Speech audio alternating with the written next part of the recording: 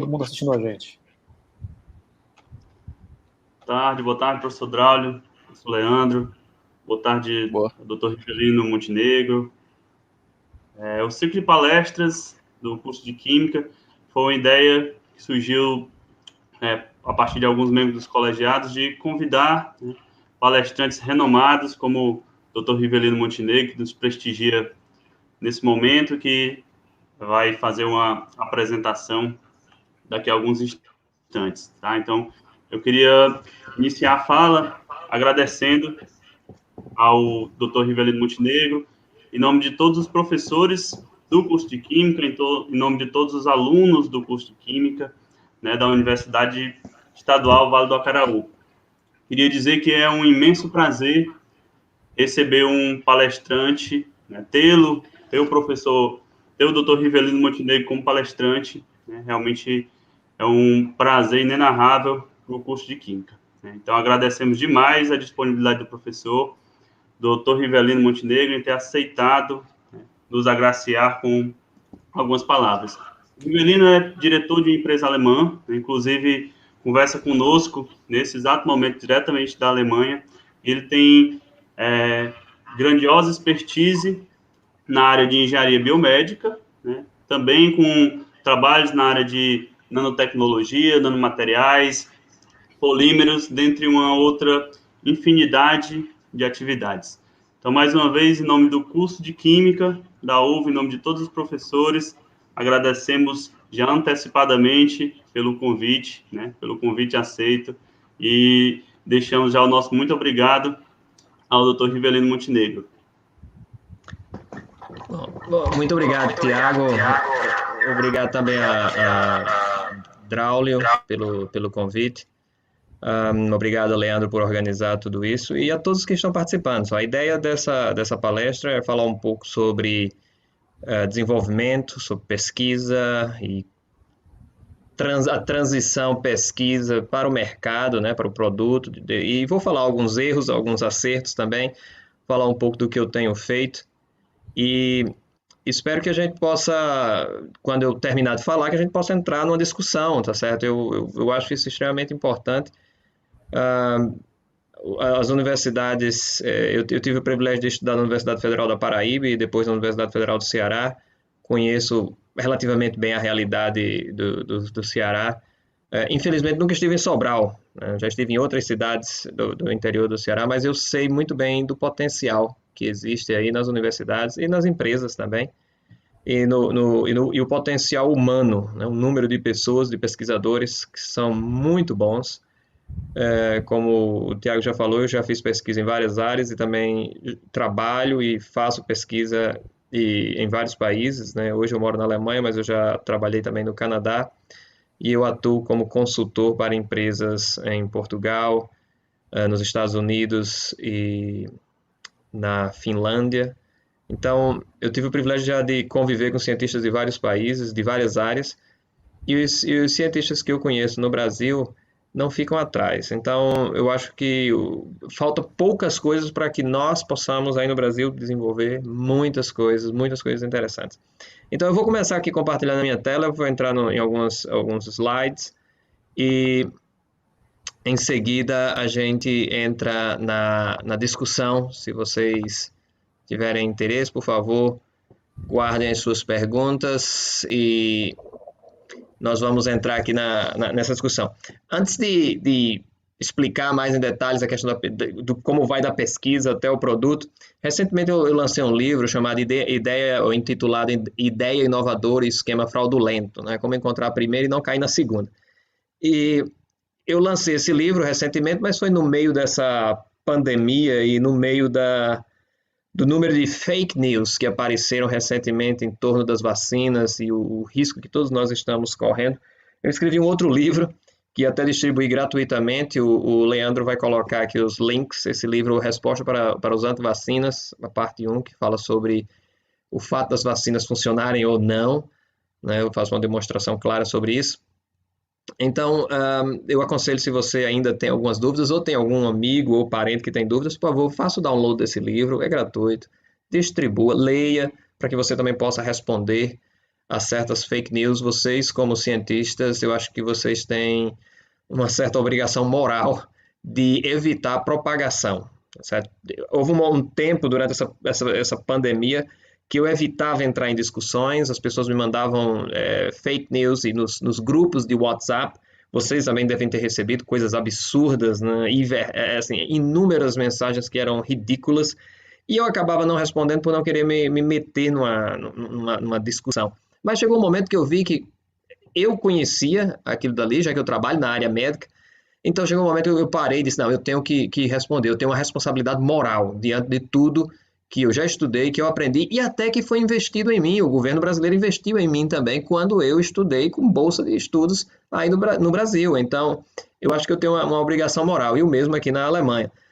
E o que aconteceu foi que quando eu comecei a receber mensagens, né, e eu entrei e comecei a responder essas mensagens, aí, nos grupos de WhatsApp que eu participava, que vinham essas fake news, eu comecei a rebater. E o que eu percebi é que as pessoas reduziram o volume de fake news, porque elas perceberam que eu não ia ficar mais quieto, eu ia falar. Então eu acho que vocês também deveriam fazer isso, tá certo? Se pronunciem, não deixem que essas mentiras se propaguem, porque está levando muitas pessoas à morte por falta de conhecimento. Então é um absurdo isso que nós estamos vivendo nesse momento. Pessoas se colocando contra a vacina, e tem cada coisa absurda, podemos até discutir sobre isso no final, mas vamos partir para a questão da pesquisa para o desenvolvimento, né? Existem diferentes caminhos que podem transformar uma pesquisa em produto comercial. Eu vou começar dando um exemplo aqui, esse exemplo dessa molécula, que passou-se muito tempo até se descobrir o que era essa molécula e para que ela servia. Mas a história dessa molécula começa em 1869 com um estudante de medicina, lá em Berlim, o Paul Langerhans. Paul Langerhans estava numa aula de anatomia, dissecando lá um pâncreas, e ele percebeu algo que ele não havia visto nos livros de anatomia. E ele perguntou ao professor, o que são esses pequenos pontos aqui? E o professor também não sabia. E aí ele descobriu o que nós chamamos hoje de ilhotas de Langerhans, que são responsáveis pela produção dessa molécula, que nós vamos entrar nos detalhes daqui a pouco. Só que o Paul não sabia para que serviam, para que elas serviam, e ninguém sabia. Vários anos se passaram quando o Oskar Minkowski teve uma ideia. Ele retirou o pâncreas de um cão e quis observar o que acontecia com o cão, com o cachorro, sem o pâncreas. E ele aparentemente não notava nada, até que o dono do cão percebeu que quando o cão urinava, né, em algum local, as formigas se acumulavam ali onde estava na urina. Então foi a primeira evidência que, sem o pâncreas, a urina ficava cheia de açúcar. E eles começaram a perceber isso, mas passaram quase 20 anos para se perceber isso.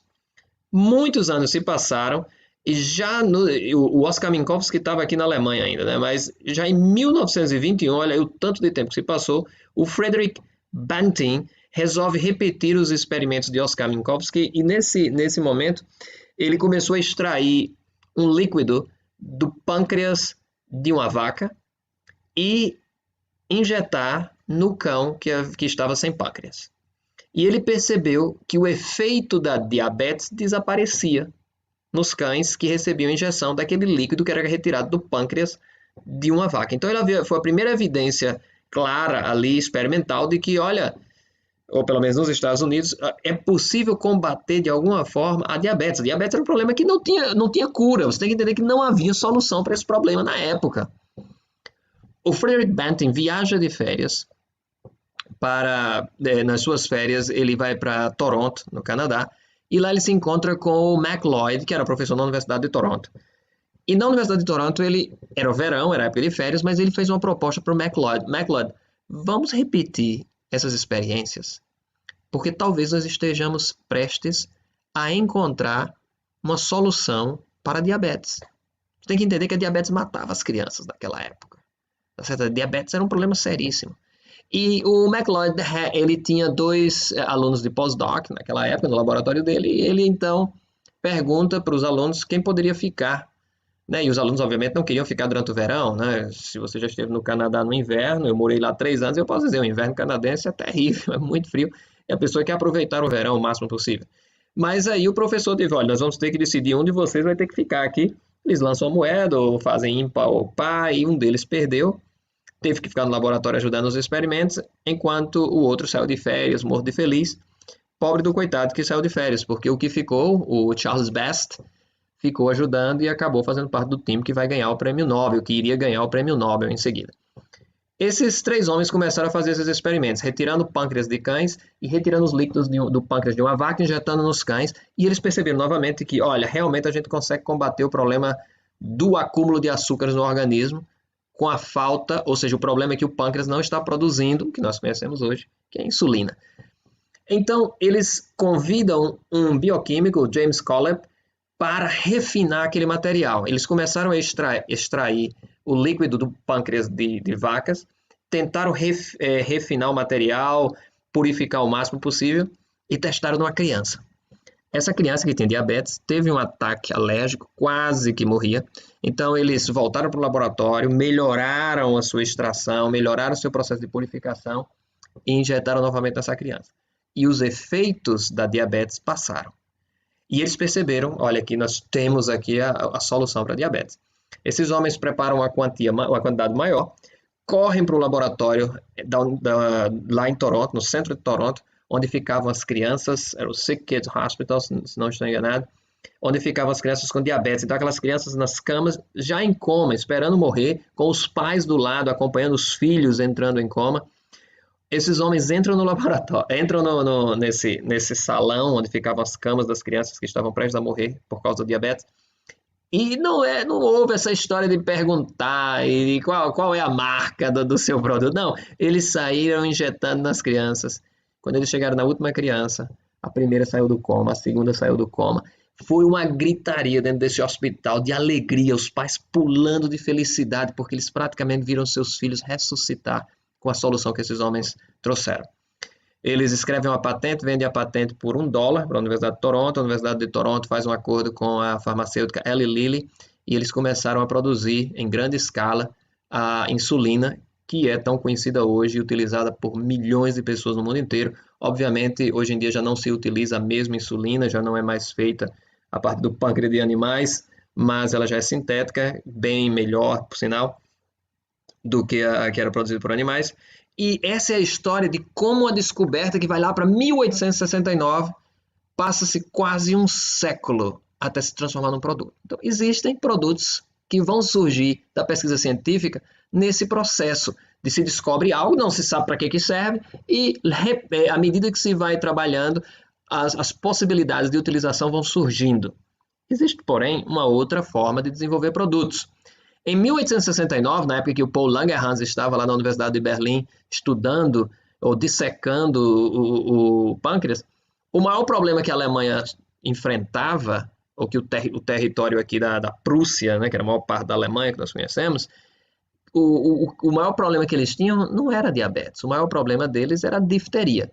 Crianças, era a causa número 1 de mortes entre crianças, era a difteria. Você não sabe, a difteria, ela cria essa placa, ela pode criar essa placa branca aí dentro da garganta da criança, a criança fica sem respirar e sem poder respirar e acaba morrendo. Era um problema seríssimo, então o governo dali da Prússia, né, da Alemanha, reúne um grupo de cientistas e diz, vocês têm que resolver esse problema. E eles juntam cientistas famosíssimos como Emil von Behring, August Wassermann, Kita Sato, Richard Pfeiffer e Paul Ehrlich. São cientistas famosíssimos, homens de tremenda competência. Esses homens se juntaram e em 4 anos eles saíram do nada da pesquisa assim, olha, nós temos um problema, o que é esse problema? Vamos entender o problema. Em 4 anos eles saíram desse ponto para uma solução. E em 1894, como está aqui no gráfico, eles começaram a utilizar. Eles começam em 1890 a fazer a pesquisa. Isso era o número de mortes que aconteciam de crianças lá por 10 mil habitantes, lá na Alemanha. E eles começam a aplicar o que eles chamavam de o ouro de Behring, que foi o líder da pesquisa, que era o Emil Behring. E no ano seguinte, você já começa a acompanhar a queda no número de mortes de crianças devido ao uso desse material. Eles então injetavam a toxina né, nos animais, retiravam o sangue, purificavam e iam então injetar nas pessoas. Isso foi um sucesso. O Emil von Behring passou o resto da vida recebendo cartas de pais agradecendo por ele ter salvo a vida dos seus filhos. Então, esse é um exemplo que sai de um problema claro. Eu tenho um problema, como é que a gente resolve? E no laboratório, eles conseguiram resolver o problema, transformar num produto, e foi esse sucesso que transformou a vida. Eu e você, praticamente, eu tenho quase certeza que ninguém que está aqui hoje assistindo conhece alguém que morreu de difteria. Se acontecer, é uma raridade, né? Mas na época desses cientistas, aquilo era realidade. Enterrar crianças por causa de difteria era algo comum. E hoje a gente não sofre mais por causa dessas pesquisas que foram feitas. Depois, novas vacinas foram desenvolvidas, temos uma vacina bem melhor. Já isso em 1920 foi desenvolvida por um veterinário francês, Ramon, era o seu nome, que se transformou na vacina padrão para a difteria, né? E depois, obviamente, ela é melhorada. Mas esses daqui são exemplos clássicos de como uma pesquisa sai do laboratório para o mercado, para o povo e trazendo soluções claras. Eu posso falar um pouco também do que é que eu tenho feito e o que é que acontece aqui. Nós temos um caso, quando uma pessoa sofre um acidente típico de trabalho, quando eu trabalhei em Fortaleza eu presenciei isso, eram acidentes de trabalho onde a máquina, por exemplo, fechava e o operário não tinha retirado as suas mãos de dentro da máquina, a máquina prensava os dedos, comprimia os dedos, rompiam-se os dedos, rompiam-se os nervos. E o que acontece nesse caso, no rompimento de nervo, o médico tem que tentar reconectar os nervos para que o paciente possa recuperar o movimento. Mas se a distância entre uma ponta e outra do nervo é muito grande, ele tem que criar uma ponte para que haja uma comunicação, restabelecimento da comunicação de uma ponta do nervo para a outra e que os axons possam crescer novamente ali. Dentro o sistema periférico, o sistema nervoso periférico, ele cresce novamente, né? O central, infelizmente, não cresce, mas os neurônios, ele pode até crescer em casos específicos, mas isso é outra conversa, mas os neurônios nas mãos, nos pés, eles podem crescer de novo se tiver o estímulo. Só que isso, para que essa ponte fosse criada, o médico tem que fazer um corte na perna do paciente, por exemplo, retirar dali um outro nervo, retirar uma veia, para tentar criar essa ponte. Para resolver esse problema, nós criamos uma ponte artificial. Nesse caso aqui, você vê esses tubinhos que são feitos de quitosana. Nós utilizamos quitosana, eu posso entrar depois nos detalhes por que quitosana, e hoje é praticamente o padrão aqui na Alemanha, nos hospitais alemães, de utilização nesse tipo de cirurgia, principalmente cirurgia de mão, né? O caso pode acontecer também se a pessoa tiver um tumor em alguma área do corpo e o tumor está já envolvendo o nervo e o médico precisa, para tirar o tumor, o câncer, ele terá que remover um pedaço do nervo, então ele também pode utilizar esses tubos para poder regenerar esses nervos. Então, eu tive o privilégio de participar do desenvolvimento desse tubo em todas as etapas, né? Desde o conceito até a produção e o controle de qualidade e tal. E, por sinal, o nome fui eu que inventei também, esse nome Reaction. E esse produto, como eu disse, está no mercado. Então, passaram-se vários anos até nós conseguirmos essas características que nós desejávamos, né? Mas já que esse produto já estava no mercado, regenerando nervos de mãos, depois eu tive o privilégio, em criando uma outra empresa, de lançar um outro produto para a regeneração de outros nervos. Nesse caso aqui, no lugar de um tubo, nós criamos uma membrana, e essa membrana ela é aplicada nos nervos que estão ao redor da próstata. Esse produto é específico para pacientes que têm câncer e precisam passar pela cirurgia, o câncer de próstata, e precisam passar pela cirurgia para retirar a próstata. Na hora que o médico, que o cirurgião vai retirar a próstata, tem aqui o desenho da próstata, espero que vocês consigam ver o meu mouse. Na hora que ele vai retirar a próstata, esses nervos aqui ao redor, o médico vai tentar salvá-los, vai tentar primeiro descolar da próstata, antes de remover a próstata, mas infelizmente durante a cirurgia esses nervos vão se danificar. E por causa desse dano, a informação que deveria passar por esse nervo em direção ao pênis vai ser cortada ou limitada, e é por isso que o paciente, depois de uma cirurgia de próstata, ele fica impotente. Essa impotência pode durar uma semana, 2, mas em 70% dos casos ou mais, vai durar 1 ano. E isso é um caso assim que, para os homens assistindo essa palestra aqui, é um negócio que assusta, porque se você passa 6 meses impotente, o seu pênis vai ficar 30% menor, tá certo? Vai haver uma redução.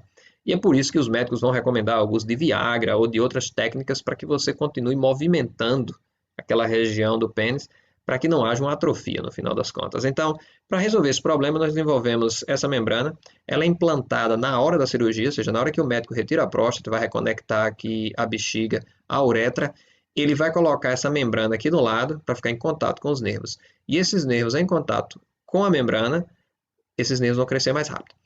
Enquanto o tubo que nós havíamos demorado anos para desenvolver já estava lançado no mercado, aqui nós precisamos de um tempo muito mais curto, porque nós só precisamos então mudar o design, porque agora nós também tínhamos um outro nervo, ou seja, era nervo periférico. Obviamente existem algumas pequenas diferenças nesse sistema nervoso aqui, que eu não quero entrar nos detalhes agora, mas nós conseguimos uma liberação para fazer esses testes muito mais rápido do que no primeiro. E então, por isso que quando as pessoas falam para vocês, essa vacina, por exemplo, a vacina da BioNTech Pfizer foi muito rápida. Cara, existia todo um estudo anterior que havia sido feito com vacinas à base de RNA mensageiro. Em 2013, o primeiro estudo clínico foi feito na Alemanha para um outro tipo de problema usando essa tecnologia. Então já existia todo um estudo por trás que dava aos médicos, dava aos cientistas e dava aos corpos notificadores, como o FDA nos Estados Unidos ou a Anvisa no Brasil, a ideia de que nós estávamos lidando com algo que não seria tão perigoso, porque não havia um risco tão grande, porque nós já tínhamos vários estudos usando esse tipo de tecnologia. Então, foi mais ou menos a mesma lógica que ocorre aqui. E esse produto nós já temos, hoje, ele só é utilizado na Europa, no hospital na Itália, onde nós fizemos o estudo clínico. Ele já é aprovado nos Estados Unidos, aprovado em Israel, aprovado na África do Sul, e está constantemente sendo usado nas cirurgias nesses países. E o que está acontecendo é que os pacientes que recebem o nosso implante, 70% dos pacientes voltam a ter a potência sexual em 3 meses, enquanto que os que não recebem, 70% vão chegar a esperar 1 ano para voltar a ter a potência sexual. Então, esse é um outro exemplo de desenvolvimento de produto a partir da pesquisa.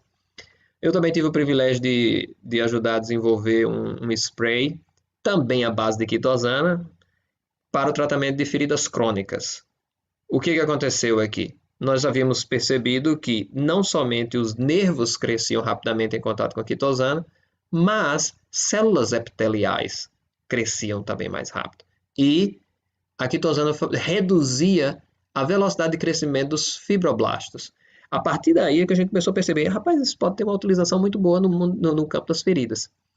E esse produto foi desenvolvido e lançado no mercado europeu. A última estatística que eu havia lido já uns 4 anos atrás era de 10 mil pacientes que já haviam curado as suas feridas crônicas através do uso desse produto. Mas o interessante é que, apesar de ser um produto que funciona, um produto que nós vimos inúmeros casos de pacientes que estavam com feridas abertas há 10 anos. Imagina uma pessoa há 10 anos com a ferida, e são feridas grandes, feridas do tamanho da palma da tua mão, feridas que chegam a feder. Nós tivemos um caso de um senhor que nos mandou uma carta dizendo: olha, obrigado pelo vosso produto, porque agora finalmente os meus netos querem brincar comigo novamente, porque eu já não tenho mais aquela ferida tão grande. Então, foram histórias assim belíssimas, mas esse produto nunca foi um sucesso de vendas. E aí vem agora a parte das falhas. Nós havíamos nos focalizado na questão científica, na questão de materiais, na questão química, porque era o nosso expertise, né? A nossa força, nós podíamos fazer bem. E havíamos negligenciado a questão de marketing, a questão de mercado. Nós não havíamos entendido muito bem como é que um produto desse é vendido, como ele entra no mercado. Nós havíamos feito uma análise fraca ou errada do mercado. Então, infelizmente, apesar de ser um produto tremendo de um ponto de vista de suas propriedades, ele foi um fracasso de vendas. Vendeu muito pouco, foi uma pena. A empresa, no final, nós tivemos que vender esse produto para um outro grupo.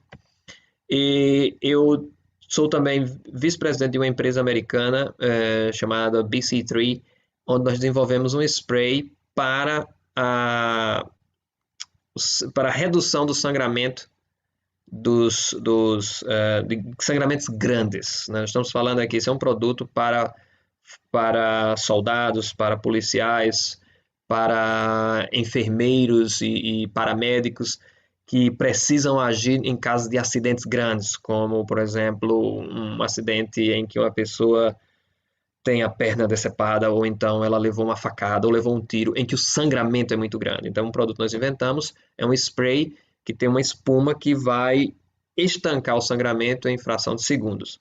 Um outro produto que eu ajudei, esse produto está sendo testado na África do Sul agora e nós estamos esperando a liberação nos Estados Unidos. Um outro produto que eu ajudei a desenvolver e que nós estamos ainda tentando trazer para o mercado é um produto para ajudar no diagnóstico de câncer. Vocês já devem ter escutado que por muito tempo nós exageramos, eu digo, o mundo do tratamento de câncer de mama exagerou de tratar qualquer lesão que aparecia no seio da mulher. Hoje nós já sabemos que é melhor às vezes esperar um pouco, porque muitos tumores, muitas lesões vão desaparecer. Só que para você ter certeza, você tem que marcar essa região para poder acompanhar. E a marcação é feita com uns clips metálicos ou um pequeno prego, é um preguinho mesmo, parece um prego de meio centímetro de comprimento, feito de metal, que pode ter várias formas, né? Não necessariamente precisa ser um cilindro, mas esse preguinho de metal é implantado no seio da mulher, perto do tumor, e o médico vai acompanhar. Existem várias razões para esse tipo de diagnóstico, né? de ferramenta, mas uma delas, e a mais importante, é você acompanhar onde está aquele tumor. Só que essas peças metálicas, elas têm o problema de migrar, de sair da posição, porque por ser dura, ela pode sair da posição, ela pode começar a sair da região onde deveria estar marcando. Além disso, ela pode causar dor também, e como ela é metálica, ela é melhor vista através de uma tomografia, de um raio-x, e da mamografia. Essa imagem dessa mulher aí, ela está fazendo uma mamografia para as mulheres que estão aqui nessa conversa conosco hoje. As que já fizeram a mamografia sabem que não é algo confortável. Agora imagina se você tem um preguinho dentro do teu seio e ele vai ser então pressionado pela máquina lá da mamografia. Não é algo muito agradável. Então, para resolver esse problema de que os produtos metálicos têm no mercado, nós desenvolvemos um que é na forma de um gel. Na verdade, um gel no sentido de ser um produto maleável, um produto mole, ele não contém o metal, não contém o titânio ou o aço, e ele é flexível, ele não consegue migrar, ele não pode sair do lugar porque ele não tem como cortar o tecido, porque ele é muito mole. E a parte mais importante, ele é extremamente visível em ultrassom. Então, a ideia que nós queremos com esse produto é tirar as mulheres da mamografia e levá-las para o ultrassom, que é uma técnica muito mais fácil, uma técnica muito menos dolorosa, muito menos invasiva, muito mais fácil de se operar, de se utilizar. Então, esse é nossa ideia com esse produto, chama-se SureSign. Nós terminamos a primeira parte do desenvolvimento, estamos entrando em negociações com investidores para entrar com o processo de pedido de liberação, de aprovação do produto. Então, esperamos que até o início, meio do ano que vem, esse produto seja lançado no mercado. Então, depois de você... Esses foram alguns exemplos, mas eu queria explicar um pouco para vocês que depois que vocês definirem a ideia de vocês, então faça o seguinte, sigam esses passos aqui que eu vou falar, principalmente para vocês que estão na academia, para vocês professores, para vocês que estão liderando grupos de pesquisa, tenham essa visão de lançar um produto no mercado. Né? Primeiro é você montar uma equipe, você tem alunos ou de repente professores que poderiam colaborar com essa ideia. Agora eu te digo, busque pessoas que estejam apaixonadas pela ideia, que comprem a ideia, pessoas que gostem, que digam, caramba, que legal, eu também quero participar. E você começa a definir o que cada um pode fazer para que você possa avançar. Chame pessoas que pensem diferente. Não vai chamar o teu irmão gêmeo, tá entendendo? Aquela tua alma gêmea. Não, chama uma pessoa que pense diferente, mesmo que não concorde contigo em tudo, mas que possam adicionar habilidades. E aí, depois da sua ideia, do seu produto inicial ter sido contemplado, né, ter saído do papel, ou você começa a escrever uma patente, tá certo? Ou você guarda um segredo, ou então você simplesmente lança o produto aí. Agora, é interessante a questão da patente porque facilita a negociação com empresas e com investidores. Então, a patente seria, na minha opinião, a primeira opção. Uma patente custa caro. Algumas universidades têm programas para isso, para ajudar a patentear. Não sei como é que está a universidade aí do Vale do Acaraú, mas se não houver, de repente vale a pena vocês fazerem uma patente provisória. Existe um sistema de patente provisória que eu aconselho fazer nos Estados Unidos ou em Portugal, e aí você pede depois, você tem um ano. Essa patente provisória, você mesmo pode escrevê-la, não precisa ser completamente elaborada, mas se tiver ajuda de algum advogado seria melhor. E você pede essa patente provisória para te dar a data de prioridade.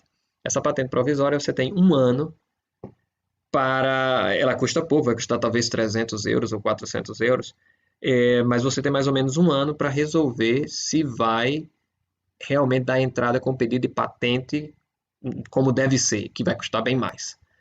Mas esse um ano você tem que tomar essa decisão, porque se você não fizer o processo correto ou o processo legal que deve ser feito, então a sua patente vai se tornar pública e aí, ó, você perdeu toda a chance de patentear. E é importante escrever uma patente assim, e nesse período de um ano você pode contactar outras empresas, contactar investidores e ver se vale a pena. Escreva um plano de negócios, escreva um plano de execução. Todas essas coisas são simples de se fazer, não são tão complexas. E procure investidores e execute. Ou seja, é fácil? Não, não é fácil, porque é importante entender o seguinte: a pesquisa toma tempo, toma dinheiro, gastamos energia, mas simplesmente terminar a pesquisa não vai fazer o seu produto, não vai transformar o teu produto num sucesso. Você tem que passar pelos outros passos e eles são também complexos. E no final de tudo, vender é complicadíssimo. Vender não é fácil, as pessoas não estão na porta desesperadas para comprar o teu produto. Então, tem que entender essa realidade. E quando você escreve um plano de negócio, o que você deve fazer é colocar simplesmente perguntas. Certo? O que é esse produto? Você descreve ali o que é o produto. Qual é a grande vantagem dele? Eu já vendi para vocês a ideia de um marcador para câncer de mama que não dói, que pode ser visto com ultrassom. Tem vantagem? Tem, eu mostrei a vantagem. Eu mostrei a vantagem para vocês. As pessoas, se eu digo para uma mulher, olha, se você implantar esse meu produto, o médico pode olhar com ultrassom. Se você implantar o produto da competição, ele vai ter que olhar com a mamografia. O que é que você prefere? Um ultrassom no seio ou a mamografia? Então é muito fácil vender essa ideia. Ou no caso da membrana lá para os homens recuperarem a potência sexual. Eu chego para o cara, mostro a membrana e diz, olha, meu amigo, é o seguinte, se você comprar isso aqui, você vai poder se divertir de novo daqui a 3 meses, senão vai ter que esperar um ano. Então, não é complicado explicar, contanto que você tenha essas vantagens. Estou falando aqui de um meio alegórico e brincalhão, mas essa é a ideia por trás. Aí você tem que entender quem é que vai comprar e por quanto. Não adianta se iludir com pessoas que dizem, que legal, tua ideia é boa, parabéns. Não, não, não. Você tem que ser bem claro no teu plano de negócios quantas pessoas existem que estariam interessadas em comprar e quanto elas estariam dispostas a pagar pelo teu produto. Qual o tamanho do mercado, que é mais ou menos isso, descobrir quantas pessoas estão ali e como é que eu entro nesse mercado, qual é a competição que existe e também quais são as barreiras. Se é um produto médico, que é o meu caso, no Brasil eu tenho que passar pela Anvisa, certo? Isso toma tempo, são necessários vários estudos, eu tenho que ler toda a regulamentação, toda a legislação necessária, talvez eu tenha que contratar algum expert para me ajudar no assunto. Quem é a tua network? Quais são as pessoas que você conhece que podem te ajudar com isso? E qual é a tua equipe? Quais são as pessoas que estão te apoiando? Se você responde esses pontos aqui, você já tem praticamente um plano de negócios montado. O que falta é você mostrar quantas unidades serão vendidas, quanto dinheiro você precisa para montar isso e quanto dinheiro você vai ganhar. Certo? Se você tem isso, você vai ver a diferença que pode fazer a tua ideia. Para proteger uma ideia, né, eu deveria ter falado isso antes, mas para proteger uma ideia, que eu já mencionei aqui a questão da patente provisória, que você pode fazer nos Estados Unidos ou então em Portugal, caso você só queira escrever a patente em português, já faz em Portugal. Você precisa entender que para patentear alguma coisa, se você fizer um paper, se você escrever um artigo agora com a tua descoberta no laboratório e publica aí numa revista qualquer, você não vai mais poder patenteá-la, tá certo? Então antes de escrever um artigo científico, você fez uma descoberta tremenda e essa descoberta teve o que nós chamamos do efeito ahá, ou seja, alguma coisa surpreendeu. Digamos que num determinado aumento de concentração, você observava um aumento típico em determinada característica. Em algum momento nessa concentração aqui, nesse intervalo de concentração, a resposta não é óbvia, ela simplesmente vai bater em outro ponto. Então você pode patentear essa área aqui, esse limite de concentração, onde não existe uma lógica. Patente se faz em coisas que não são óbvias. Se alguma coisa é óbvia, você não tem como patentear. Você tem que patentear coisas que, uau, surpreendeu. Então, é assim que funciona a patente. E quando você tem uma patente, você tem 20 anos para comercializá-la. Obviamente, o processo para receber a patente vai demorar. E no Brasil demora mais, viu? No Brasil, infelizmente, tem um amigo que recebeu a patente agora, demorou 17 anos. Ele esperou 17 anos, passaram-se 17 anos para ele receber a patente. Ou seja, ele só vai ter 3 anos agora para utilizar a patente, porque em 20 anos acabou. Então, eu te recomendo a patentear nos Estados Unidos ou em Portugal e entra com o processo de... esqueci o termo agora, desculpem-me, em que o Brasil assinou o acordo, então o Brasil vai reconhecer automaticamente a tua patente. Tudo isso, obviamente, custa dinheiro, só vai valer a pena fazer se você descobre que existe realmente uma forma de levar o produto para o mercado. Mas lembre-se disso, todas as vezes no laboratório que você percebe algo que, uau, eu não sabia que aconteceria isso, ou não é muito lógico. Então, separa isso e tenta ver se há a possibilidade de escrever uma patente. De repente, a tua universidade tem algum escritório de patente ou tem advogados que possam te ajudar com isso. Eu estou dando um outro exemplo aqui, essa questão de proteger ideias, um exemplo da Universidade de Turino, na Itália, onde nós entramos num acordo, a minha empresa entrou em acordo com a universidade, nós fizemos uma licença de uma das ideias que haviam sido desenvolvidas pela Universidade de Turino. A Universidade de Turino hoje, todas as invenções que eles fazem lá, eles passam por um processo de um peneiramento para descobrir qual delas qual delas tem o potencial de ser patenteada e possa virar um sucesso de mercado. Depois de escreverem a patente, eles colocam essas ideias numa página na internet, essa página aqui chamada de Knowledge Transfer, onde eles oferecem para qualquer empresa que queira comprar a ideia. Então, essa é outra coisa que a própria universidade, certo? A própria universidade que vocês representam poderia fazer.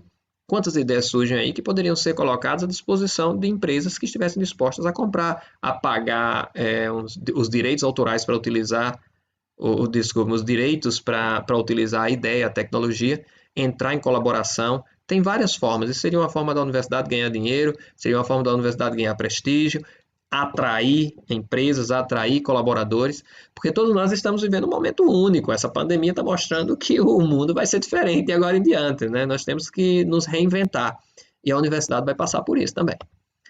Tá certo? E onde é que eu encontro dinheiro para comercializar a minha ideia? Se for o caso você queira montar uma pequena empresa. Eu sei que no Brasil não existe ainda muito essa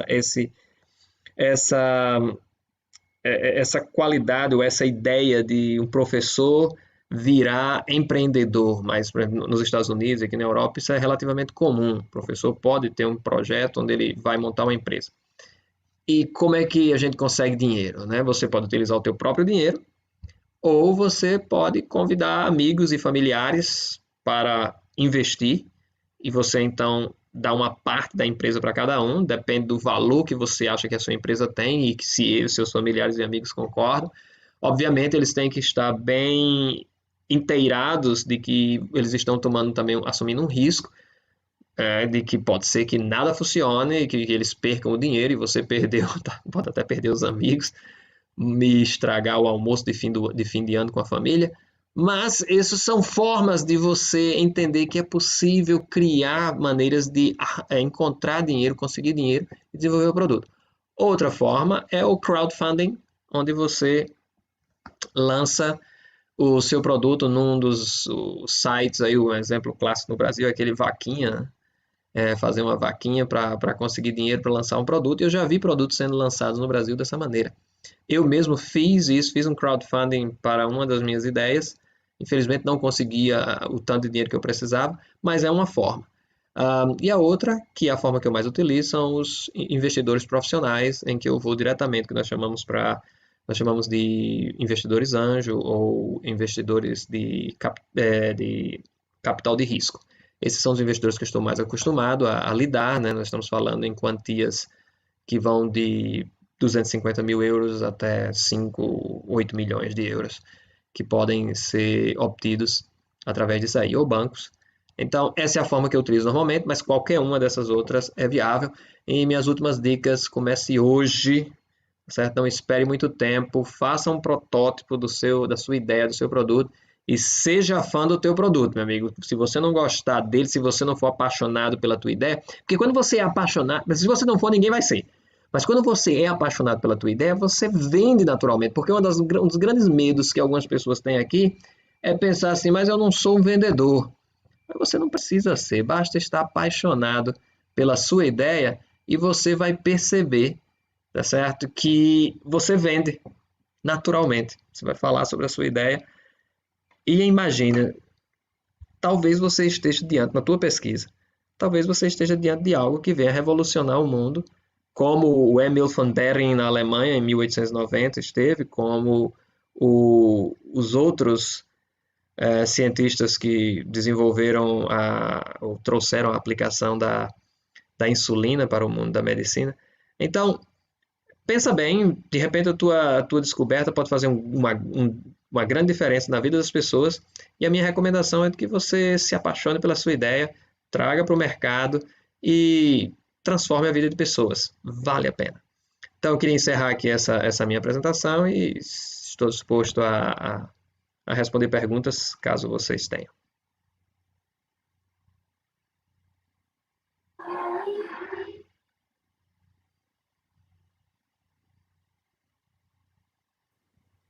Doutor Rivelino, meu amigo, muito obrigado pelas palestras aí, mas eu não sei se o Vivaldi tem alguma já dos meninos, mas eu vou fazer logo uma pergunta. Seus produtos já estão aí em alguns países da Europa que você citou, né? Exato.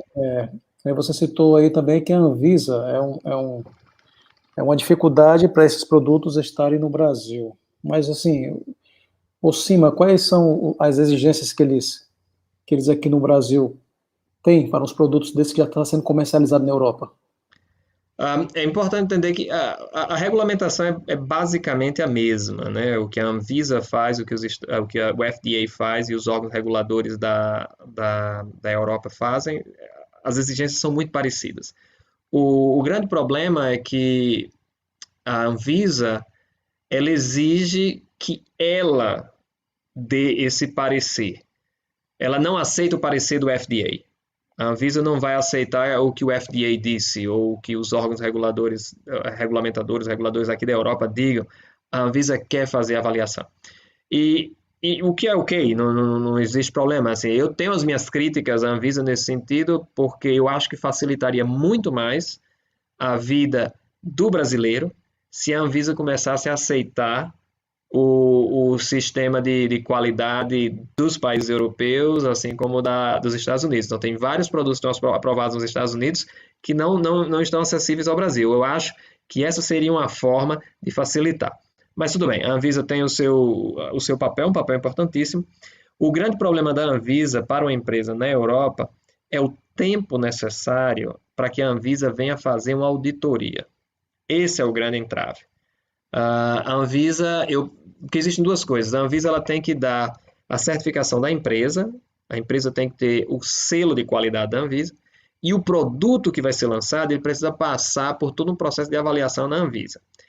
O processo de avaliação da Anvisa não é o problema, já que a gente foi aprovado aqui na Europa ou nos Estados Unidos, provavelmente seríamos aprovados também no processo da Anvisa. Talvez alguma coisa ou outra, um teste ou outro que a Anvisa exigiria que os outros países não exigem. O grande problema é fazer com que a Anvisa venha aqui, porque isso demora. A Anvisa não tem tantos funcionários que possam estar, por exemplo, eu posso fazer o pedido e pode-se demorar 3 anos até que a Anvisa venha à minha empresa fazer uma auditoria. Então, uma startup, ela não tem esse tempo todo para ficar esperando, tá certo? Então, a gente tem que focalizar nos mercados onde a gente possa entrar mais rápido e gerar dinheiro. A startup não tem o dinheiro de uma grande farmacêutica, né? Doutor Esse é o problema. Rivelino, a turma aqui até eu estava vendo, conta um pouco aí da sua trajetória. Muitos alunos entraram aí no início da palestra, no decorrer da palestra, mas aí o doutor Rivelino hoje ele está morando na Alemanha, só que para chegar na Alemanha houve uma trajetória aí, né, Rivelino? Campina Grande, né? Fortaleza, Exato. Alemanha, Isso.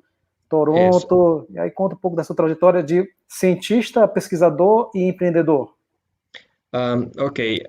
Eu sou de Mossoró, no Rio Grande do Norte. Então, quando eu tinha 18 anos, eu me mudei para Campina Grande para estudar engenharia de materiais. Estudei engenharia de materiais lá em Campina Grande, na Universidade Federal da Paraíba, na época, hoje se chama Universidade Federal de Campina Grande. Em 98, eu me formei em engenharia de materiais e fui morar em Fortaleza. Trabalhei em Fortaleza primeiro como engenheiro e em seguida fiz meu mestrado na UFC, no departamento de Química, na mesma época que eu conheci o Draulio lá, nós nos conhecemos lá nessa época.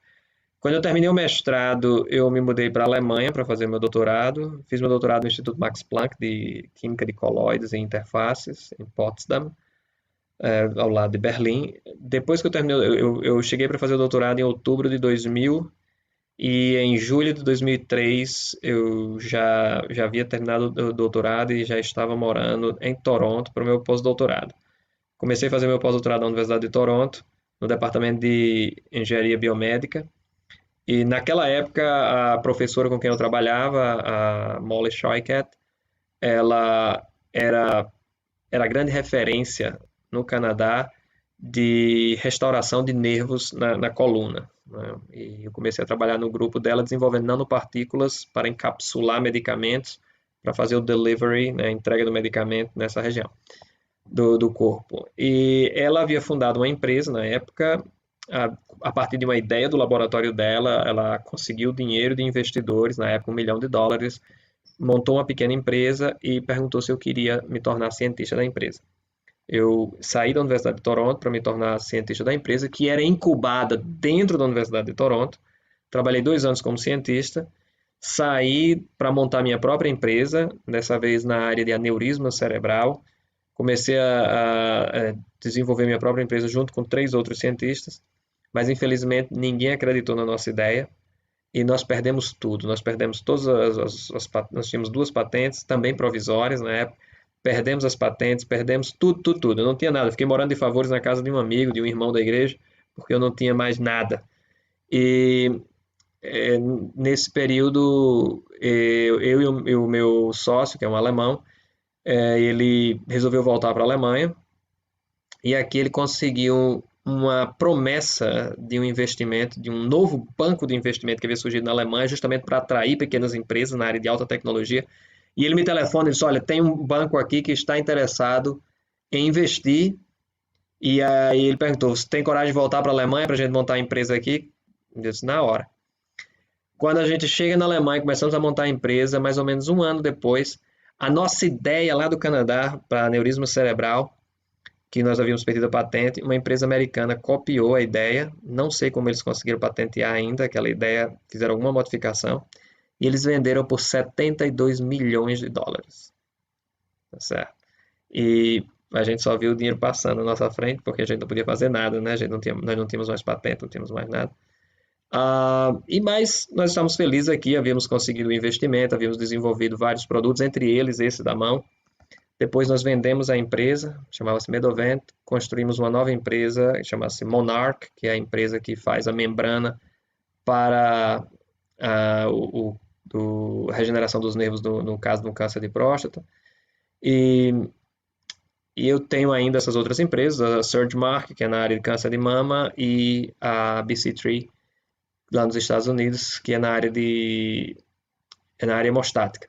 E hoje em dia eu ainda moro na Alemanha, moro na cidade de Mainz, mas as empresas são espalhadas, uma é na Suíça ou nos Estados Unidos e outra no norte da Alemanha, em Hamburgo. mas como tudo hoje é online, já não precisa mais viajar, né? Estou feliz que eu não tenho que mais ficar viajando o tempo todo.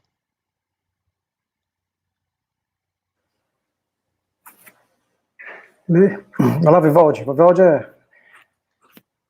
Tem uma pergunta aqui, eu posso ler a pergunta ou vocês... Pode, Rivelino, pode ler a pergunta aí. A pergunta diz assim, uma dúvida que eu tenho e que eu vejo muito da galera, a patente é sempre pertinente a um novo produto ou pode ser uma versão melhorada de um produto já existente? Pode ser uma versão melhorada, sim, claro que pode.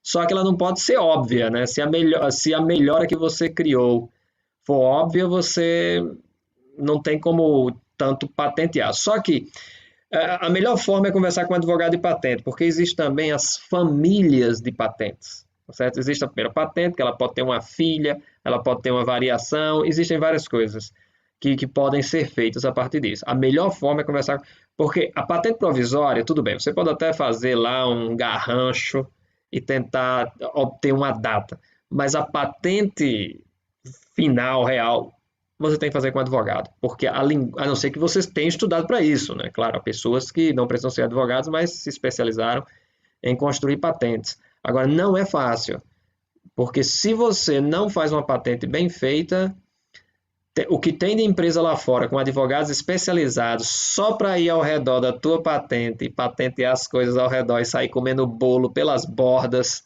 e no final você não vê nada, não é brincadeira. Tá bom? Então, e patente não é simplesmente produto, né? Você pode patentear até processos. Você não vai poder patentear, sei lá, deixa eu pensar numa coisa aqui. Sei lá, um polímero qualquer famoso. Uma coisa que seja já óbvia, você não tem como patentear, mas você tem como patentear um processo para produzir aquele produto. Então, patentes de processo também existem. Existem várias formas de você patentear uma ideia. Mas nem tudo é patenteável, né? Você não pode patentear, até onde eu me lembro, você não pode patentear uma técnica de cirurgia. Digamos que você tenha descoberto que a melhor forma de fazer uma cirurgia do coração é colocar o bisturi perpendicular, tá certo? A uma determinada região ou área, ou seja, ou posição do coração. Você não pode patentear isso. E mesmo se você pudesse, seria muito difícil você conseguir forçar as pessoas a pagarem pela tua patente, porque você teria que estar em toda a cirurgia do coração, você teria que estar lá para observar se o cara colocou a faca nessa, ou o bisturi nessa posição ou nessa. Então, existe isso também. É importante entender também o mundo das patentes, que patente não é algo que já está garantido. Você tem a patente, pronto, agora eu tenho todo o dinheiro do mundo e as pessoas têm que respeitar. Primeiro que tem país que não vai respeitar. Tem gente que não vai respeitar a tua patente e você vai ter que ir atrás. Não existe polícia de patente. É a tua obrigação ir atrás de quem está infringindo a tua patente. E entrar com um processo civil para poder conseguir ganhar, né? Isso aí. É possível ganhar? Sim, acontece. Mas não é fácil. Por isso que a tua patente, a patente existe para te proteger, para proteger a tua ideia, mas é tua responsabilidade de ir atrás. Boa tarde. Tá dando para me ouvir? Vocês estão conseguindo ouvir? Sim, Vivaldo, pode falar. Então, boa tarde a todos, né? Aqui presentes. Primeiramente, dar boa tarde aqui ao Dr. Rivelino, né? Aos demais professores que aqui estão, também aqui pelo chat, né? Todos os alunos do curso de Química. A nível de apresentação, tá? Meu nome é Vivaldi, sou acadêmico do curso de Química, né? Modalidade de licenciatura. Sou membro do centro acadêmico, né? Do curso de Química. E gostaria de, primeiramente, agradecer ao Dr. Rivelino por ter disponibilizado, né, um pouco do seu tempo. Aí onde o senhor está, já deve ser um horário bem avançado, né? Então, 10 da noite. Olha aí, então desde já agradecer, né, por você ter se disposto a estar aqui junto com a gente, né? Algumas perguntas que surgiram já foram feitas, né? Eu vou fazer aqui uma pergunta minha mesmo, tá? Quanto à questão acadêmica, né? O senhor falou sobre todas essas etapas, né? Até onde você chegou hoje. Mas quando você entrou na graduação, né, você já tinha essa ideia, você já entrou, no caso, em engenharia dos materiais, né? Entrou na graduação de engenharia dos materiais sabendo o que queria e tudo mais, ou isso foi um processo de construção dentro do curso, ou mesmo depois de ter terminado o curso? Não, eu acho que até hoje eu ainda não sei o que é que eu quero, né? O negócio vai mudando, as coisas que eu quero vão surgindo. Eu queria ser cientista, isso aí desde criança, isso aí não saiu da minha mente. Eu queria era fazer experiência, né? E fiz muito quando era criança, né, do lado de casa, né? Tem um laboratóriozinho, queimei a minha casa quase 2 vezes. Então, eu sempre queria fazer era experiência. E aí eu entrei no curso de engenharia, e no curso de engenharia eu fui me interessando pela questão de produção, de ver um produto se formando. Só que quando eu fui trabalhar na produção, aí lá em Fortaleza, eu não me identifiquei, certo? Eu já não gostei. Eu queria mais era pesquisa. Foi aí que eu fui fazer o mestrado. E a minha intenção era depois ser professor. A minha intenção era sair do Brasil, fazer doutorado fora e voltar para ser professor no Brasil. Eu não tinha interesse de morar fora do Brasil. Eu tinha interesse de ter uma experiência. E estudei na Alemanha e a minha intenção era terminar o doutorado na Alemanha, ir para outro país, fazer um pós-doc e em seguida voltar para o Brasil, porque eu sabia que com um pós-doc ficaria mais fácil conseguir uma posição. Só que na Universidade de Toronto, eu não tinha interesse nenhum de voltar para a indústria, para a empresa, não tinha o mínimo de interesse. Só que quando eu entrei no mundo das startups, aí a minha visão mudou completamente. Porque numa startup, a grande vantagem de uma startup, eu recomendo sinceramente que as pessoas façam esse teste. A vantagem de uma startup é que, como ela é formada de 2, 3, 4, 5 pessoas, você tem que fazer tudo. Você está envolvido desde a faxina da empresa, certo? Até vender o produto. Então, quando você passa por tudo isso, você começa a ter uma ideia mais ampla de como funciona, como o mundo é diferente. E se você está numa empresa grande, um exemplo clássico disso, eu moro aqui há, sei lá, 1 hora, talvez, 1 hora e poucos minutos, da maior empresa química do mundo, né, que é a BASF, a BASF, que a gente chama da Alemanha. Cara, lá dentro, só dentro da BASF, a última vez que eu havia lido a respeito, tem 1.000 químicos com doutorado. Você entra dentro da BASF, joga uma pedra para cima e cai na cabeça de um doutor em química. Então, mas o cara lá, ele nem sabe o que o vizinho dele faz, porque é tão especializado, tá entendendo? Cada um tem sua área de atuação. O cara é tão especializado que ele fica naquele mundo ali mais ou menos preso. E isso não me interessava. Então, me recomendaram várias vezes, eu estava terminando o doutorado, manda o teu currículo para a BASF, ou BASF, que provavelmente eles vão te contratar, cara. Eles querem muito pessoas da América Latina que entendam e que falem alemão e que entendam a lógica alemã e a lógica latino-americana para poder fazer essa ponte, porque existe um conflito de culturas aqui, né? Assim, o alemão pensa de uma maneira, o brasileiro pensa de outra, e acaba não se entendendo. E eu podia fazer essa ponte. Então os caras me diziam, manda que você vai... Mas eu não tinha interesse, tá certo? Eu queria algo diferente. E a startup dá isso para mim. Certo? Essa possibilidade de estar envolvido com tudo, questão de patentes, questões de marketing,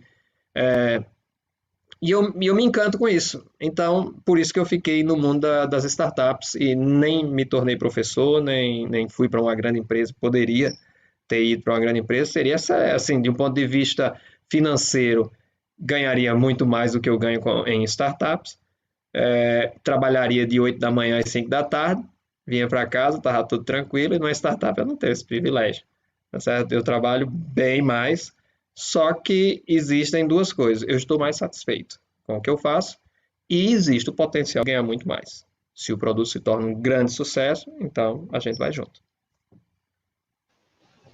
Pronto. Surgiu uma outra pergunta aqui. No caso, quer falar, professor?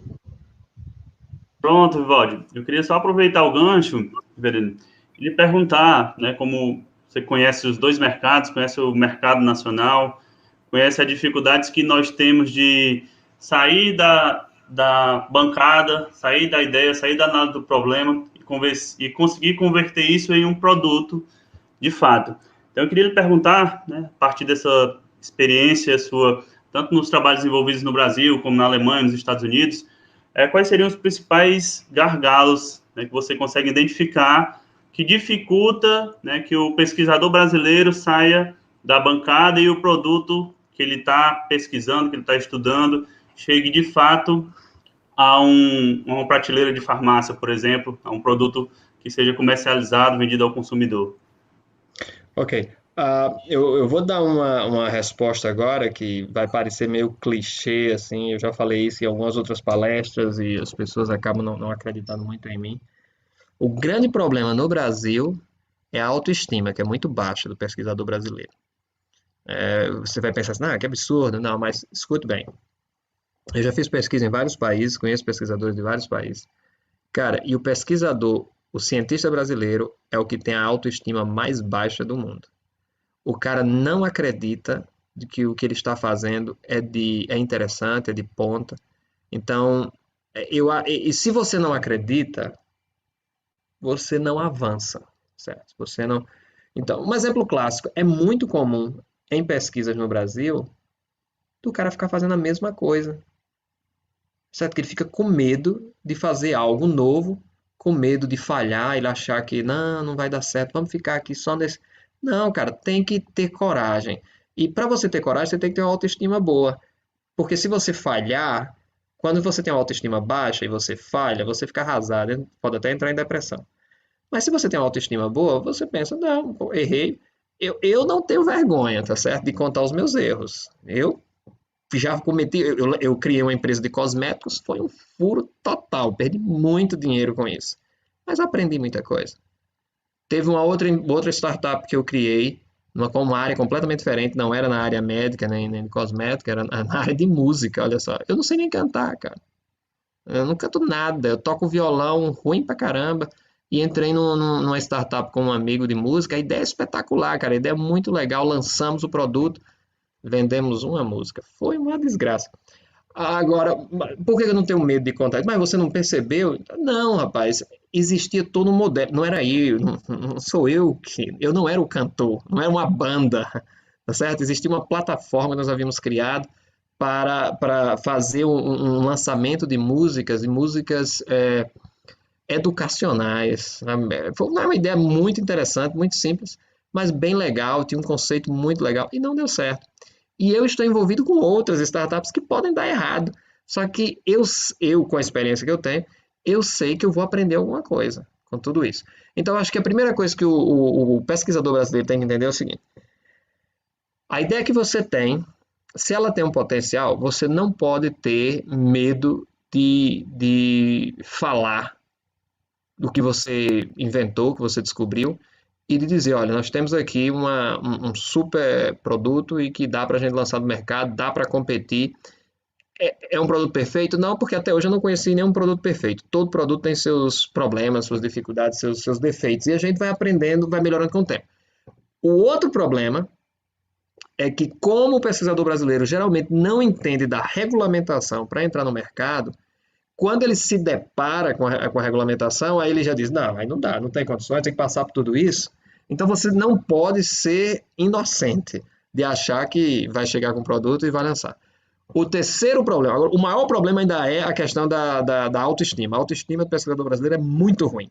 Isso daí eu vi, eu acompanhei. E nos vários estados do Brasil, e conheci pesquisadores de várias áreas do Brasil, e todos têm um pouco essa síndrome de vira-lata. E o pesquisador brasileiro não é inferior ao pesquisador americano ou inglês. Pode ter menos dinheiro, mas dinheiro não é a única coisa.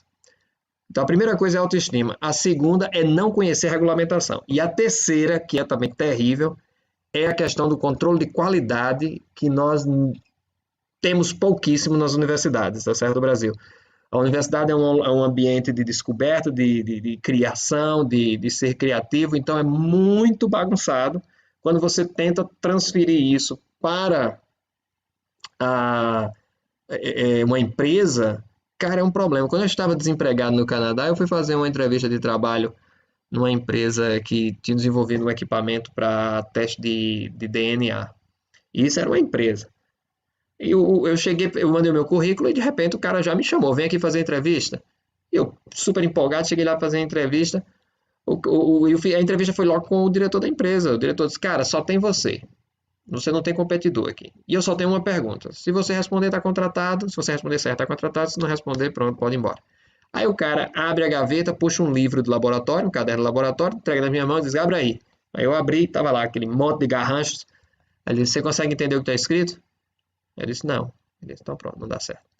Aí eu disse, qual foi o problema aqui? Ele disse, cara, o cientista que inventou a máquina, olha o garrancho dele aí. E o desgraçado foi embora. E a gente não sabe como é que monta a máquina. E ninguém entende o que ele escreveu. E assim é na maioria dos cadernos de laboratório do Brasil. Tá entendendo? Você chega no laboratório, aí o orientador vai pedir o aluno, rapaz, me explica. Nem o aluno entende mais o que ele escreveu, porque é um negócio tão bagunçado. Por quê? Porque é um momento de criatividade e tal. Então, isso tem que ser melhorado. Ainda no Canadá, lá na Universidade de Toronto, quando eu estava trabalhando ainda com a minha orientadora na época, teve um professor que havia desenvolvido um modelo para detectar o choque epilético, né, o ataque epilético, segundos antes do ataque acontecer. Sei lá, 5 segundos ou 3 segundos, já não lembro. E como nós estávamos desenvolvendo uma cápsula para liberação de fármacos, a nossa ideia seria entrar em contato com ele, utilizar o modelo que ele havia descoberto, né, que através de sinais no cérebro ele conseguia detectar antes da epilepsia acontecer, antes do ataque epiléptico acontecer, ele já conseguia detectar, era acoplar esses dois sistemas, onde a cápsula que nós estávamos desenvolvendo com o medicamento ficasse implantada e quando ela recebesse o sinal de que o ataque epilético ia acontecer, então liberava o medicamento naquela região. Então o cara não precisava ficar tomando remédio o tempo todo e ele só recebia a dose no momento que era necessário, ou seja, reduziria o número de efeitos colaterais e tal. E eu fui falar com o professor, né? Quando eu entro no laboratório, cara, era um caderno aqui, um rato ali, era tudo, ninguém encontrava documento, não havia uma coisa assim organizada. Então, isso atrapalha. E nós temos esse problema na universidade, nós temos que admitir isso. Tem universidades que são melhores, tem laboratórios que são melhores, tem professores que são mais organizados, mas, em geral, isso atrapalha você conseguir conversar com uma empresa.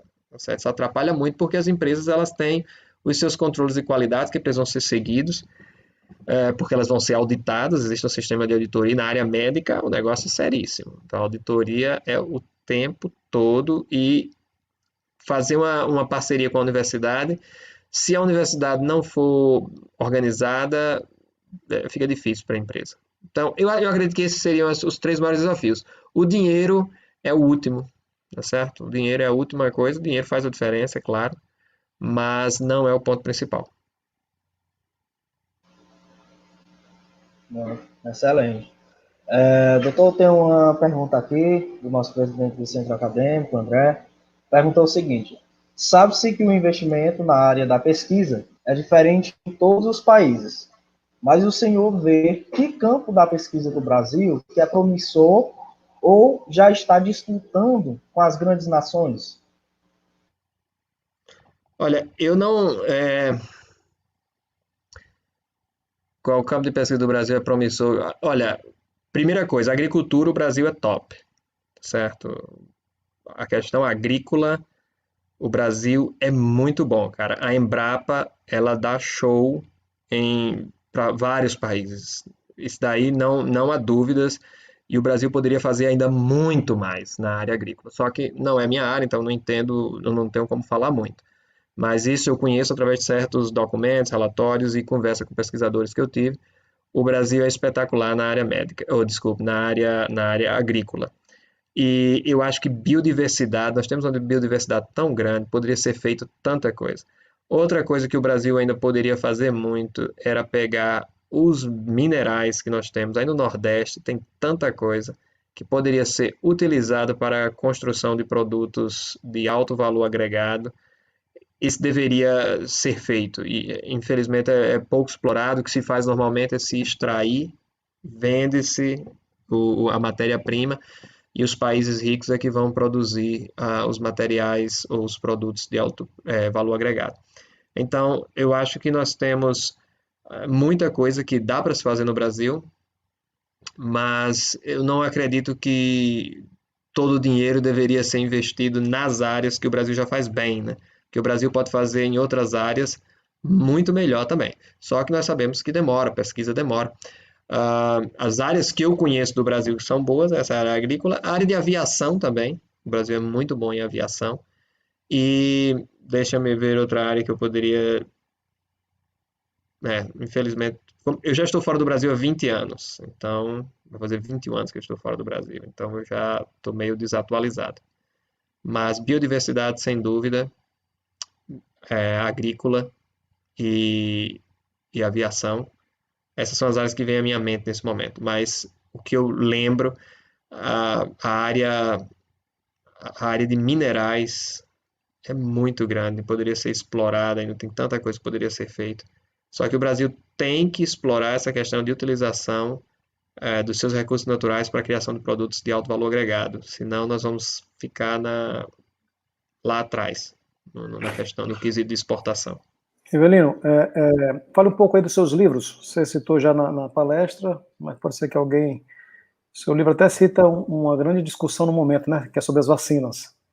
Exato. Eu já escrevi 3 livros. O primeiro se chama Sonhar Não Basta, José, Diretor e Presidente. É um livro praticamente destinado a jovens sobre passos ou características que eu acho que são necessárias para que a pessoa seja bem-sucedida. Eu vou deixar o link aqui para quem quiser dar uma olhada. Chama-se www.josephceo.com, que já foi traduzido para uns 10 idiomas esse livro. E o segundo, que é mais recente agora, que é o livro sobre ideias inovadoras, é um livro bem prático, um livro curto e bem prático de como montar a sua ideia, como montar a sua empresa, como trazer um produto para o mercado. E ali eu também falo sobre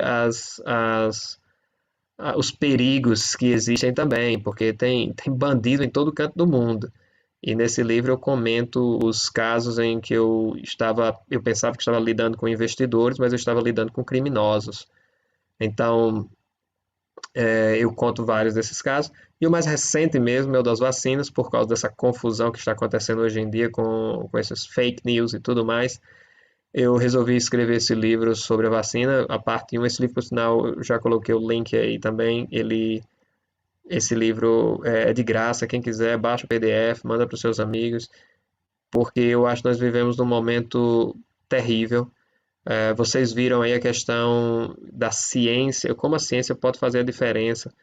Vocês viram Israel já mais de 50% da população tem as 2 doses da vacina. Israel está saindo, né, completamente da pandemia, e enquanto o Brasil está uma desgraça, né? Brasil que poderia ter feito uma grande diferença, infelizmente estamos tendo que enterrar as pessoas. Foi um erro que não dá para perdoar. O que aconteceu no Brasil foi terrível, certo? Foi um erro brutal que aconteceu aí. Então, fica a mensagem. Esse primeiro livro eu trato da questão da eficácia das vacinas. Como a gente pode ver que vacina realmente funciona, né? Você pode olhar o caso de Israel e você está vendo como vacina funciona. Mas aí eu dou outros exemplos históricos no livro.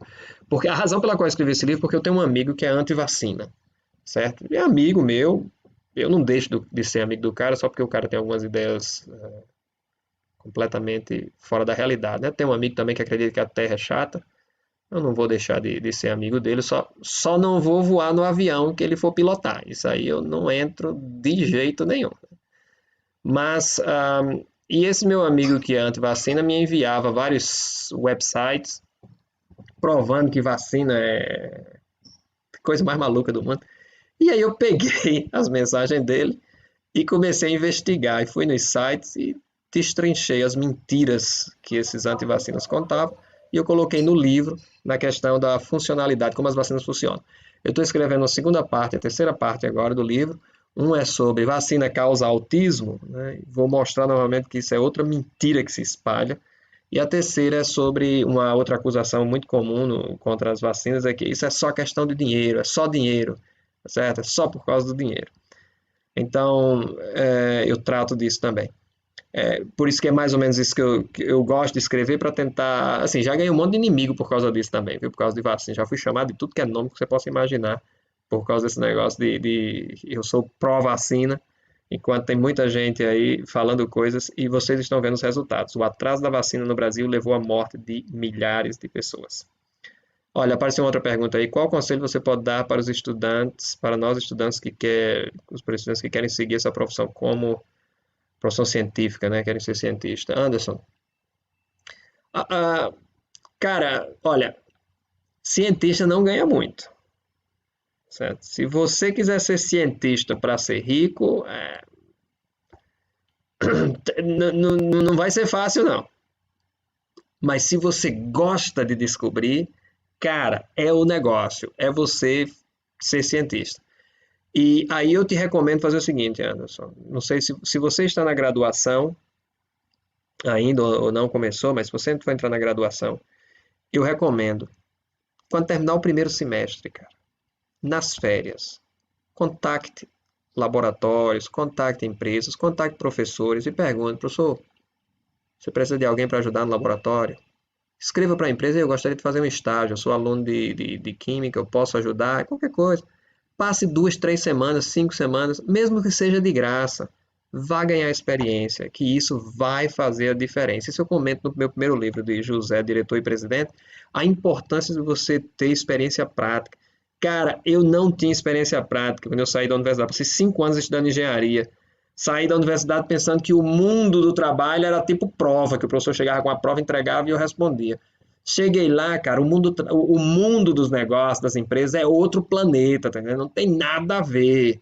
Ninguém vai perguntar para você qual é o pH da solução, tá certo? O cara quer saber como é que você resolve os problemas. Vai lá, resolve o problema. Ai, cadê? Não tem nem as variáveis aqui. Não vai ter variável, não. Você vai ter que descobrir. Então, essas coisas você só aprende lá dentro, enfiando a cabeça, aprendendo com o negócio. Existe o que nós chamamos soft skills, como lidar com as pessoas, tá certo? Cara, existe todo um mundo diferente que quanto mais cedo você aprender, melhor. E é até bom porque de repente você nem gosta disso daí. Aí você já cai fora, vai fazer outra coisa. Por isso que é importante você fazer isso. Vamos lá, outra pergunta aí. Você, como cientista experiente, pressão e dificuldades ajudam o cientista a ser mais criativo, enfrentar problemas com certa coragem, tendo uma visão ou não ajuda? Olha, interessante a sua pergunta aí, porque eu já passei por momentos tranquilos, já passei por momentos de pressão. O Einstein, tem tanta frase do Einstein aí, a maioria é mentira, viu? O Einstein não perdia tempo fazendo frases ele não era coach, não, tá bom? O Einstein não era coach, ele não tinha tempo para ficar criando essas frases bonitinhas que aparecem aí. A maioria dessas frases são de outras pessoas e botam nas costas do Einstein, mas teve uma que foi dele. Ele diz o seguinte: tudo que eu inventei, tudo que eu descobri porque eu estava com a barriga cheia. Então, quando o cara está passando fome, é difícil demais se concentrar. Então, existe a pressão. Eu passei por pressões imensas e realmente, em determinados momentos, ajuda a pessoa a ter ideia. Mas é muito mais fácil ter ideia quando você está tranquilo. Agora, quando você... É assim, é meio paradoxal, né, o que eu estou dizendo aqui, mas, cara, se eu tenho que resolver um problema na indústria, na minha empresa, e eu não tenho que ficar me preocupando, não tenho que ficar preocupado sobre o que é que eu vou colocar na mesa amanhã para comer, cara, é mais fácil resolver o problema, certo? Mas há duas coisas que você precisa, se você quiser se dar bem como cientista e como profissional e como empreendedor. Você tem que gostar do negócio, certo? Você tem que achar interessante, você tem que... É aquilo que você tem que fazer. Você tem que ter garra para ir atrás, morder o osso com a esperança de sair um pouquinho de carne. Quando você faz, e não desistir. Quer dizer, não desistir é uma expressão meio absurda que surgiu aí, né? Não desista, não desista, não, don't give up. Esse negócio tá muito clichê também, porque não é bem assim. Há certas coisas que funcionam. Aí você tem que descobrir, você vai para a ciência, tá certo? Você pega os livros, lê lá e você descobre, cara, por isso que não dá certo esse negócio. Então vamos tentar de outra forma. Então por isso que é bom estudar, conversar com pessoas. Mas a maioria dos problemas técnicos, eles têm soluções. E aí cabe a você ir atrás, receber um não, mas como é que a gente faz aqui? Não se deixar levar pelas dificuldades, porque as dificuldades vão surgir, elas vão aparecer aí o tempo todo, cabe a você ir atrás e descobrir coisas, porque Tudo um dia foi impossível, tá certo? Até que alguém veio e fez. Até voar. Não sei se foi o Kelvin ou foi o Byron, um dos dois aí, conhecidos cientistas, dizia que máquinas maiores, mais pesadas do que o ar são impossíveis de voar. De repente, o cara chegou e fez um avião e voou. Então, tudo é uma questão de você sair atrás, mas você tem que estar apaixonado e ter essa capacidade de resistir. Por isso que nós tínhamos um médico na minha antiga empresa, nós tínhamos um médico na diretoria consultiva, e uma vez numa reunião com ele, ele me explicou por que que na Alemanha, para se estudar medicina, e é também no Brasil, por que é que somente os alunos com altíssima nota entram no curso de medicina.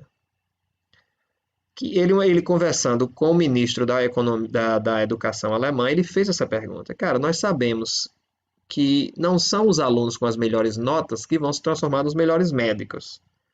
Por que que vocês insistem com isso de que somente faz medicina quem tiver as melhores notas?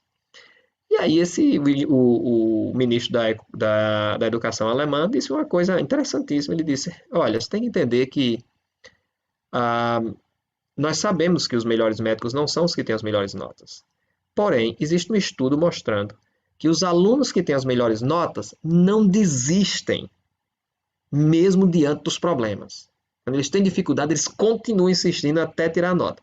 E como o curso de medicina é um curso muito caro para se manter, nós não podemos criar um curso para 40 alunos e depois de 2 semestres só temos 20. A gente não pode ter esse prejuízo. Por isso que você vai colocar os alunos que têm as notas mais altas, porque a gente sabe que aqueles 40 vão até o final. Ou chegar lá 38, 39, 35. Então, esse tipo de atitude, Cara, eu não fui o melhor aluno de engenharia, mas eu terminei no tempo certo. Por quê? Porque eu ficava lá insistindo e não entendia, ia atrás e ficava sofrendo e tendo dificuldade, mas eu não desisti. Quando eu fui fazer meu doutorado na Alemanha, cara, eu não falava nada de alemão, nem aquela velha história, né? As aftas, as hemorroides, idem, nem aquilo eu falava, não falava nada de alemão. Cheguei na Alemanha, cara, sem falar um pingo de alemão. Cheguei na universidade, ou no Instituto Max Planck, depois me mandaram assistir uma aula lá, ainda bem que a aula era em inglês. Cara, eu cheguei uma aula, até hoje eu lembro do título, tá certo? Física do estado sólido na nanomatéria. Esse negócio me traumatizou tanto que 20 anos depois eu ainda lembro. Cara, era só cálculo, certo? Cálculo, mas cálculo pesado mesmo, que eu não tinha database. Foi o que eu fiz. Tive que ir para a biblioteca, cara. Fiquei lá até de madrugada, todo dia, estudando e indo atrás das pessoas. Cara, me explica isso aqui, me ajude, eu não sei. E aí consegui. Mas porque eu não desisti. Então, tem que persistir, né? Eu vi outra pergunta aqui. Você se considera uma pessoa realizada hoje em dia, com toda a sua trajetória, ou um cientista sempre tem algo a descobrir? Não, tem algo para descobrir, tem demais, viu, William? Tem muita... Cara, você não tem ideia do tanto de coisa que eu quero descobrir. Senão, não estaria envolvido com várias startups ao mesmo tempo, né? Realizado eu sou demais, cara. Eu sou um cara super feliz, certo? Super feliz. Tá entendendo? Eu faço o que eu gosto. Eu lembro sempre de uma frase do Mendeleev, né, ou da tabela periódica, ele diz: tudo que eu fiz porque eu gostava. Então, eu sou um cara privilegiado, porque o trabalho que eu faço é um trabalho que eu gosto. Significa que tudo é prazeroso? Não, tem um monte de coisa que é chato pra caramba. Parte de legislação que eu tenho que escrever, convencer investidores a investir na minha empresa, isso tudo, escutar críticas, tá certo? Correr o risco de não dar certo.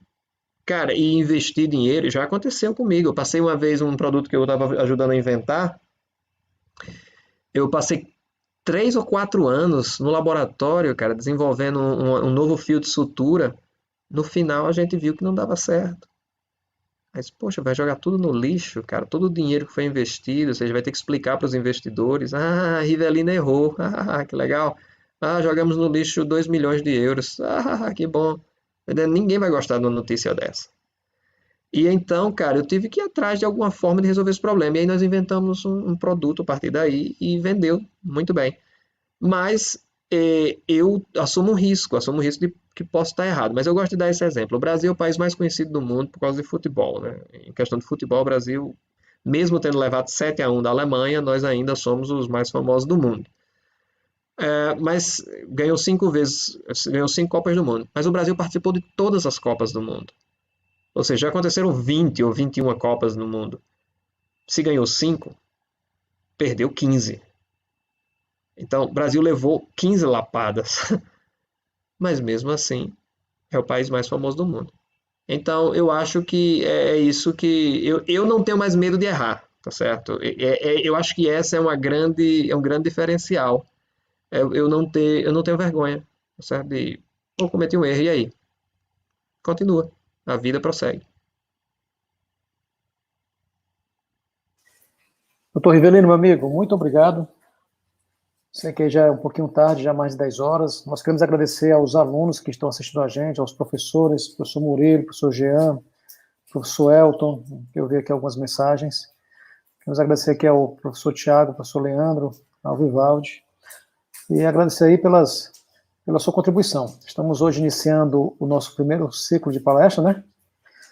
Daqui a 2 semanas teremos uma outra palestra, já convido a todos que estão nos assistindo, nas quartas-feiras, tá bom? Na segunda semana do mês, na última semana do mês, nós temos esse ciclo de palestras. Então, meu amigo Rivelino, obrigado, viu? Muito obrigado também, Draulio. Um abraço para vocês, muito sucesso. Tudo de bom para vocês, gente. Fica o convite então, meus amigos. Então, daqui a 2 semanas teremos uma nova palestra e aguardem aí o convite aí pelas redes sociais.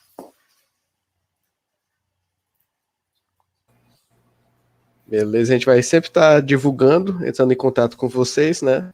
Então, por hoje a gente só tem a agradecer pela ótima palestra e ficamos por aqui.